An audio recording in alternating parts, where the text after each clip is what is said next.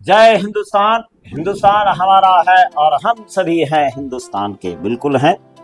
आज फिर हम लोग एक पॉडकास्ट की तरफ अग्रसर हैं और मेरे साथ दो बच्चियां हैं, चुलबुली सा, हर प्रश्न का जवाब बड़ा सहजता से देने वाली है।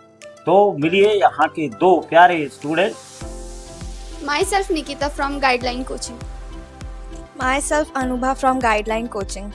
तो ये दो बच्चियां हैं और इनसे कुछ प्रश्न पूछे जा रहे हैं। तो सबसे पहले निकिता से प्रश्न है कि मास का सबसे बड़ा मात्रक बच्चा क्या होता है? CSL. CSL पूरा नाम है चंद्रशेखर लिमिट।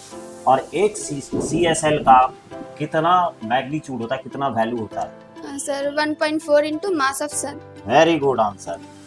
अब अनु से प्रश्न है कि अनु, यूनिवर्स का मास क्या होता है लगभग? Sir, 10 to the power 55 kg. Very good. पूरे यूनिवर्स का मास 10 to the power 55 लगभग मान लिया जाता है। निकिता से फिर अगला प्रश्न है और इनसे प्रश्न है कि एक गैलेक्सी का मास लगभग कितना होता है बच्चा? Sir, 10 to the power 42 kg. Very good. 10 to the power 42 kg। एक गैलेक्सी, जो बहुत सारे गैलेक्सी हैं उसमें से लगभग एक गैलेक्सी का मास इतना होता है। अनु से प्रश्न है, एज ऑफ अर्थ कितना लगभग लिया गया? 10 to the power 17 seconds. 10 to the power 17 second. Very good answer. यानी पृथ्वी जब बिग बैंग के इवेंट के बाद में जो पृथ्वी का निर्माण हुआ था, तब से ये आंकड़ा है कि इसका मान, एज जो है वो उम्र जो है, उसके बाद में जो घटना घटने वाली वो तो घटेगी ही, इसको कोई नहीं रोक सकता है।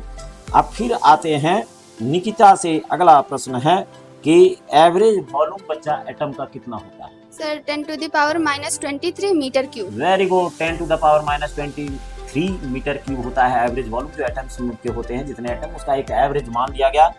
और अब अनु से अंतिम प्रश्न है, आपको जवाब देना है कि एवरेज वॉल्यूम ऑफ न्यूक्लियस कितना होता है बच्चा? 10 to the power minus 43 meter cube. Very good. 10 to the power minus 43 metre cube. तो ये थी दोनों बच्चियां, बहुत अच्छे से प्रश्न का जवाब दी है, इसमें तो दो राय नहीं है। आप भी गाइडलाइन ज्वाइन करें और पॉडकास्ट का हिस्सा बने।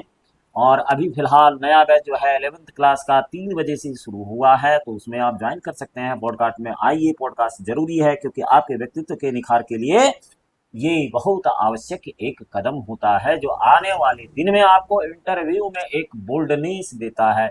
सबका धन्यवाद।